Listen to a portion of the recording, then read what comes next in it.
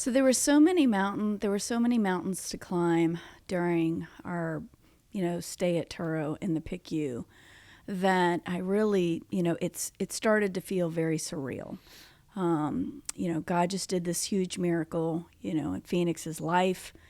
The moment that we're in the cop car to the hospital, being told he was gone, then all of a sudden he's not gone, then flying, to Oxnard, that it was kind of felt like an out of body experience, and that God was just literally upholding at least me in the palm of his hands.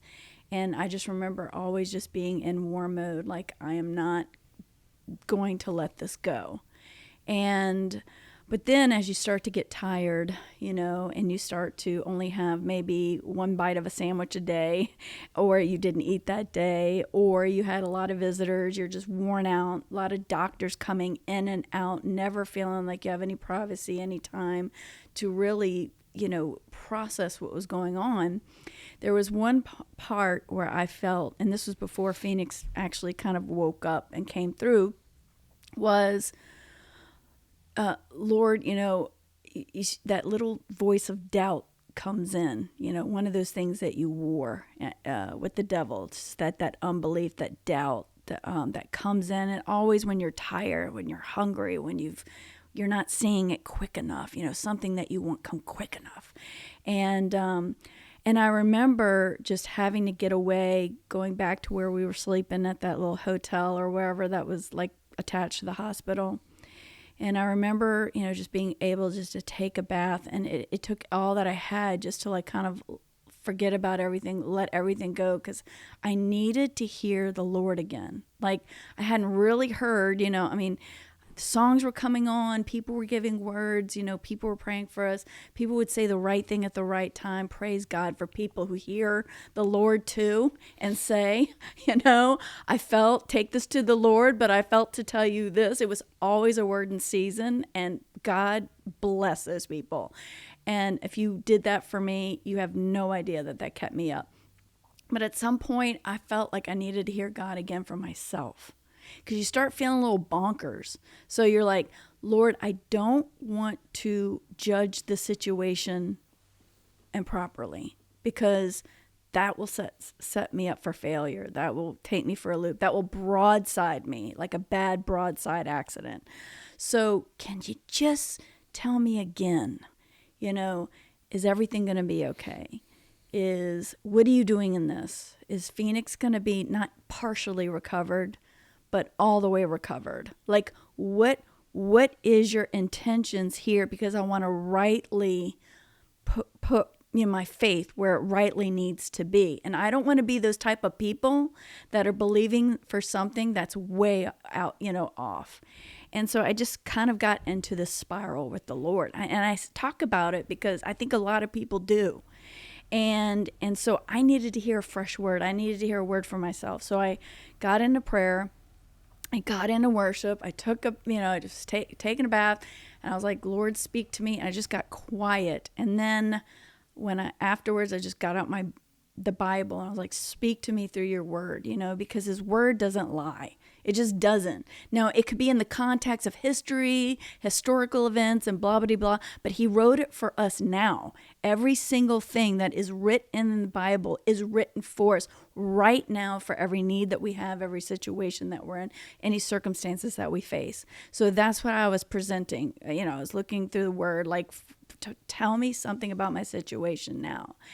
And so he led me to a scripture. I really haven't, I read the Bible all the time, but for some reason, this part of the Bible has just kind of eluded me.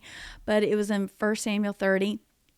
And it was when David went out to war, for 3 days, and he came back home, and his village was completely pillared, completely pillaged. I think that's the word.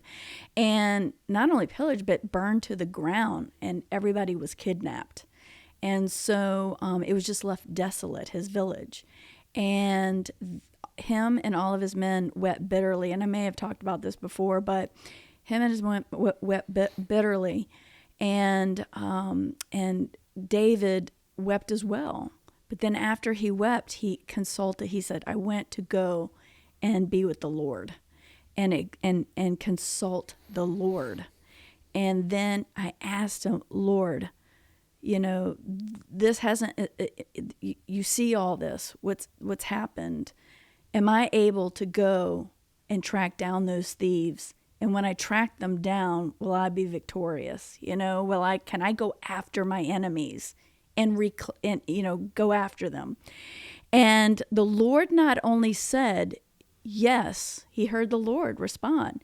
Yes, not only go after them, I'm allowing you to go after them, but you will recover all and more.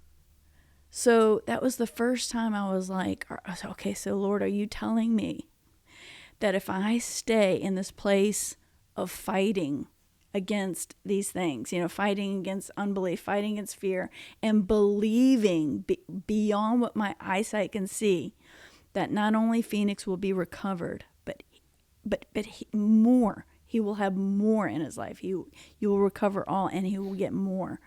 And so that's all I had to hang on. And when I got back, he, right after being told he'd be in a vegetative state, that all these things were like, all these little movements were involuntary and whatnot, a miracle happened where he started to come back slowly. However, it was his personality, that they never thought would come back. Well, even though he might be able to do things, he's not really there. And when I went back into the room, something miraculous happened. That why you told this joke at this time, I don't know. But when you did, that's the first sign that I felt like God confirmed that word to me. Well, the details surrounding it was that he had been intubated.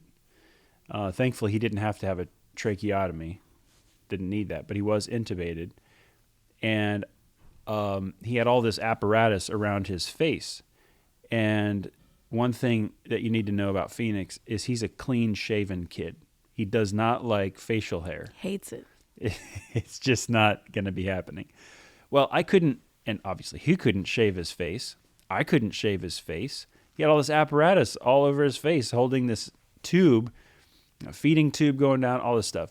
Well, anyway, one of the doctors comes in, and she's after about, 2.5 or however many weeks of being intubated, and she goes, wow, nice stash. She's talking to Phoenix. And, of course, Phoenix is there kind of looking, maybe eyes sort of, don't know if he hears us or not. Again, at that point, we didn't really know if he was there or not. Yeah, eyes halfway closed. Mm-hmm. Sometimes open them, look around, sort of. If we could get that, it was like, yes. Well, I said to Phoenix, but really I was talking to the doctor. I said, yeah, I must ask you a question. And, of course, I mustache. Get it? Mustache. He's got a facial hair. Okay. So. And of course, this is the way you deal with very intense situations. I joke. Is that we joke, where we kind of have humor in very inappropriate times of our lives, but that's how we get through our lives. And not even funny jokes. I'm not a comedian. It's just not. So anyway, I said, I must ask you a question.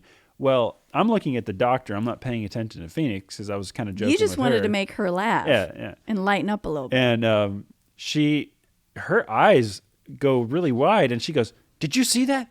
He just smiled. So I look over to Phoenix, and I'm like, I didn't see it. So she walks around me, around the bed, to the other side of the bed, and I say it again. This time I'm looking at Phoenix. Yeah, almost. And I say it with more like, I'm going to really try to be funny this time. Let's see if I get him. Yeah, I almost asked you a question. And Phoenix, both sides of his mouth, slowly start to grin to this giant grin. And I'm like, it was my goodness. It wasn't just a smirk. It was the giantest grin. Oh, I mean, full blown teeth, both sides of his mouth. When they said that one might be paralyzed, all this stuff, the brain, Bell's palsy, whatever, and both sides of his face drew up, and it was the most beautiful. I don't think I've even seen Phoenix before the event smile as big as he was smiling, and it was like, after that bath and after, give me a word, Oh my Lord. gosh. And you need, will you recover all? Will you, am I just going to look like an idiot? I mean, I've put it out on Facebook that you're going to do this, and that's on your reputation, not mine now, Lord. Getting that anger in the Lord, when we're always raising fists at him, and then we're loving him, and then we're saying thank you, and then we're saying you're cruel, and you're saying, it's just this fluster of emotions. And then getting that word and going, okay, you said you're going to recover. I'm going to believe this. Going back, Oh, man. you're in this, and I kind of walk in on the moment, like right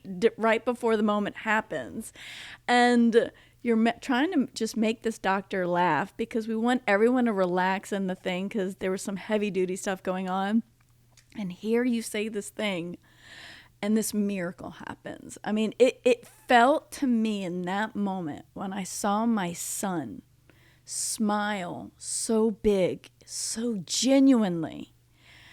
Because when I saw that, I said, not only is he going to be okay, I'm like, humor, the fact that God showed us this first trait of Phoenix's was always that he was funny. And it set the tone going forward for all of his recovery, even up till now. Humor became a really important gift to overcome the difficulties that he was going to have to face each day, I can tell you that the rest of that day, I was like trying to pull out all the jokes. Oh, he was talking jokes, and it's to the point where I was like, "Shut it down already, Bigler!" Like, I got more smiles though that day. I mean, did. even Phoenix. This also showed. Okay, so Phoenix's biggest trait, and the one that we most love, is his humor.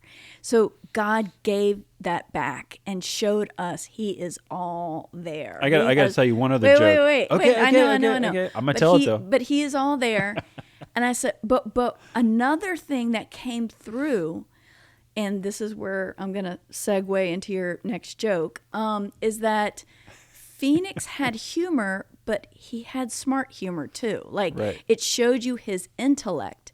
And so he was there, but God also in that same moment, after you were trying to give him like a book of jokes after that, like 104 jokes came, right after the mustachio, the question joke, is that it also showed that Phoenix could process intellect, because a lot of them you had to think, you had to understand the concepts to even be able to laugh at such a thing. Like, all right, so Phoenix and I have this on, like, how nerdy of jokes can you get?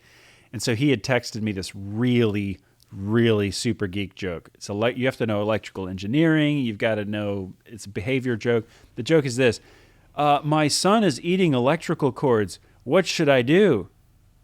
Answer: ground him until he conducts himself properly.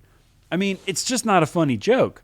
and once again, that big smile came out like a big old light on his face. He's laughing now. He's actually sitting with us in the studio, and he's laughing at them again.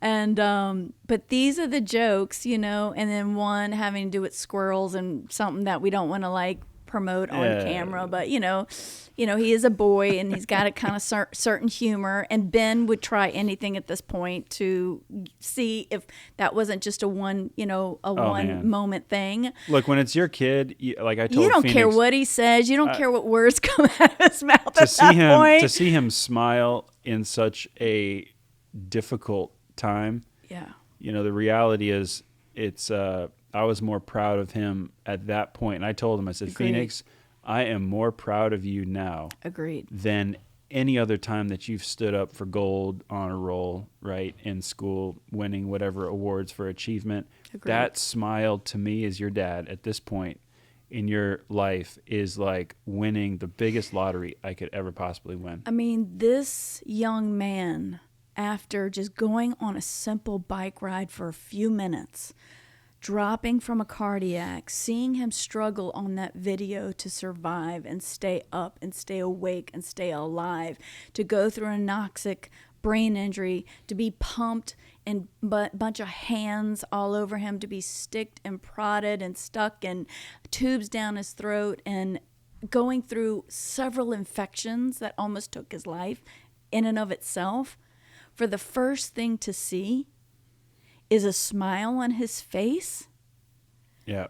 I mean, what a message to anybody is that to go through what he went through, to be in that much pain and difficult circumstance where literally the only hope he had was God, to come out of it, and the first thing that we saw was not him angry, was not him sad, was not him raising his fist at God, was not this, was not that. It was a smile on his face. And I'm with you. The 4.3 GPA, gold honor roll every single year for as long as he's been at St. Paul's. For all, teaching himself tons of instruments, teaching himself how to, do this and do that, and all these amazing things Phoenix has done with his life, which we could have grieved. Every time he lifted a finger, opened an eye, and made a smile, we were more proud of him. Yeah. In those moments than we have ever been. Mm. So people think that we lost all these achievement. Right. But when your son has died and come back, the achievements become, you put in perspective what achievement actually means. And that smile is the biggest achievement, and I still believe is the biggest achievement that we will celebrate to this day. Yeah. I think one of the things that helped me too is kind of trying to reframe the timeline, if you will, because when I think about who Phoenix was and how things are now, maybe it's hard to feel thankful. Maybe it's hard to feel like you're having the wins. But when I edit it to where the time frame is, yeah, but he was in that alley, stuck, and the Lord didn't leave him there. The Lord had a different plan. Then I'm thankful for the smile. I'm thankful for where we've come to. And, and at the end of the day, I think like maybe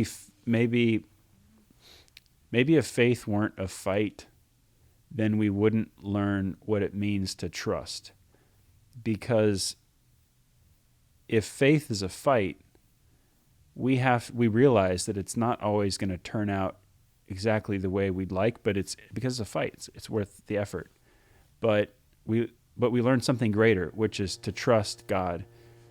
And that's a really difficult thing, because when you're fighting for something, in this case for Phoenix, to be well, to be healthy, to be fully restored, and all of that stuff, which we believe for and we continue to fight for, things don't always on your timeline, right, turn out the way that you want them to. Not just on your timeline, they just might not turn out the way you want.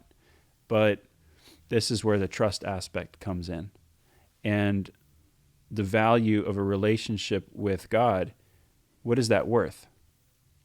And if we focus on the miracle and we focus on the things that God does bless us with, without realizing that it's not about the miracle, it's about the trust and the relationship with God, that's a really sober thing, because we all can feel grateful for positive things and for good things. But when good things don't happen, at least good that you can imagine that they're good, can we still trust that God is good and faithful, right, and loving and for you and not against you? Right. Because I am not going to lie. There has been moments where I'm like, you are clearly against me. Mm. And then when I read the word, I'm like, wait, I'm not in right relationship here. Because if I was, right, and this is usually a day or two being too busy to be in the word, or too busy to pray, because I'm going back and forth getting him stuff and doctor visits and this and that. But when I'm not, I drift, and it's like, and why is it that when bad things happen, we always make it God's fault? And I felt very like, wait, I just had the faith, like Elijah, you just killed like all these, false prophets, and now you're at the creek wanting to die. Like, that's kind of how I felt, and many times, yeah. And yesterday probably. That story, that there's so many stories like that in the Bible that become so much more animated, where this great prophet right? I mean, I feel like I'm slaying dragons, my God, and I'm going to go to the ends of the earth and I can believe for anything. Right. And all of a sudden I'm wishing to die the next Right. day. And something and all of a sudden threatens- God is right. not my friend anymore. right, something threatens who you think you are, Right. and then you go cowering under cowering for cover because yesterday you felt very strong and full of Because he smiled. yeah. And then the next day, nothing, if anything, there was like a setback. And then you're like, God, where are you? Yeah. He just smiled. Right. And then the next day is God. We are so fickle. And I think this is what this whole thing has showed me, because people write me, you have such great faith. You have just great faith. And I keep trying to say it was given, because I'm the most fickly, rickety, rackety person on the face of the planet. Because if you've seen my down times, you'd realize that faith is a gift. It was a gift for me to come to the Lord. It was a gift of faith that helped me come to God and see him for who he is. And it is a gift of faith that helped Phoenix get out of that alley and into that recovery mode. And it's a gift now, seeing him endure, still believing the word that God will help him recover all and more if we go after our enemies, which mean in prayer, we fight in him and contend in faith for his fully recovery, even when we don't see him walking as we think he should be strongly walking now, or as we think he should be talking now. These are still the fight of faith that we're still in.